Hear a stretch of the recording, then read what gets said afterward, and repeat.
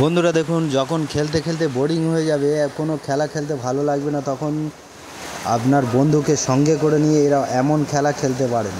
দেখুন, একটা জলের বোতল ওপরে গাছের সঙ্গে বেঁধে দিয়ে সবাই চোখ বন্ধ করে বসে আছে এবং কার মুখে লাগতে পারে সেই রকমই একটা খেলার ট্যালেন্ট।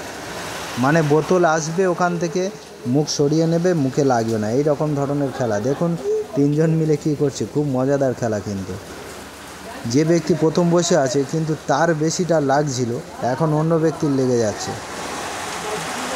দেখুন বোতলটাকে আবার ছুঁড়ে দিল, অটোমেটিক চলে আসছে।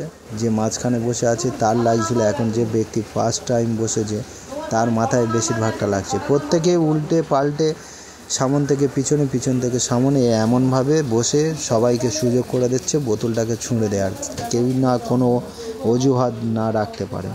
ভিডিওটা ভালো লাগলে অবশ্যই লাইক, কমেন্ট, শেয়ার করবেন।